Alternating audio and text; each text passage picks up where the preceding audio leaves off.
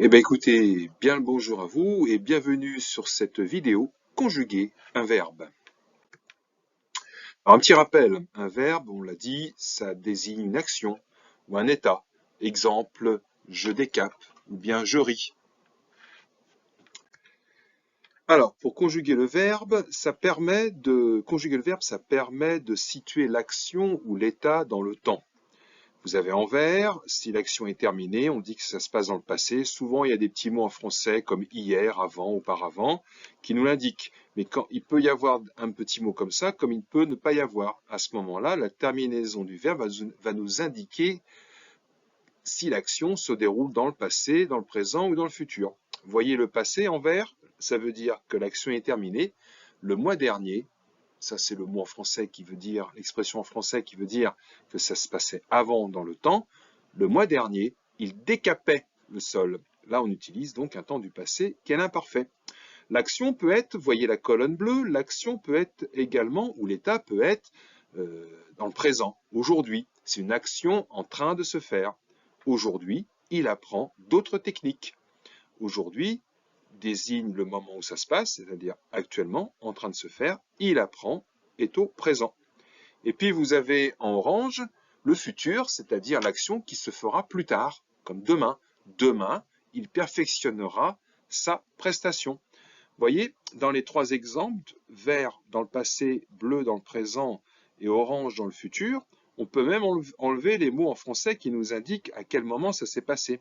Exemple, il décapait le sol. Si je dis que ça, eh ben, il n'y a pas besoin d'avoir l'expression le mois dernier. On sait que c'est du passé par le verbe, parce que le verbe est conjugué au passé. Il apprend d'autres techniques, même chose. On sait que le verbe est conjugué au présent, donc que l'action se fait au présent. Il perfectionnera sa prestation, ça veut bien dire également que ça va se faire dans le futur. Alors après cette petite présentation, une autre illustration du passé, regardez, elle appréciait son travail. Au présent, en bleu, elle apprécie son travail. Le futur, orange, elle appréciera son travail. Ça, c'est ce que je viens de vous dire. Pas besoin des petits mots en français. Rien que la terminaison du verbe nous indique si l'action se passe dans le passé, dans le présent ou bien dans le futur. Alors, la partie du verbe qui ne change pas, on appelle ça le radical. Exemple dans les deux phrases qui suivent. Elle apprécie son travail. Elle appréciera son travail.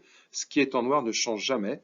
Le reste de la terminaison qui est en bleu, IE ou I ou ERA, c'est ce qu'on appelle une terminaison. Donc, dans la partie du verbe qui ne change pas, ça s'appelle le radical. Par contre, la terminaison, elle change selon le temps et le sujet. Exemple, toujours en bleu au présent, c'est une action qui se passe aujourd'hui. Voici les deux exemples. Elle, au singulier, apprécie son travail. Elle, au pluriel, on change le sujet. Apprécie ENT, notre travail. Vous voyez, le sujet change. Dans le premier cas, elle est au singulier, dans le deuxième est au pluriel. La terminaison du verbe donc change également, puisque le verbe s'accorde toujours avec le sujet. Elles apprécient IE son travail. Elles apprécient IENT, notre travail. Mais on peut changer la terminaison du verbe également pour indiquer que ça se passe à une autre période. Par exemple, dans le passé, c'est l'exemple en vert. Elle appréciait son travail, c'est de l'imparfait, un temps du passé.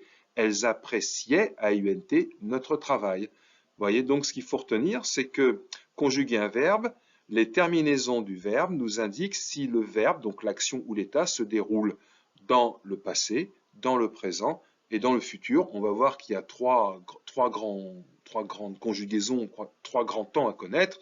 Pour exprimer le passé, on utilise beaucoup l'imparfait, mais aussi le passé composé. Mais nous, on verra l'imparfait. Le présent, on utilise le présent. Et pour situer dans le futur, on utilise le futur. Merci.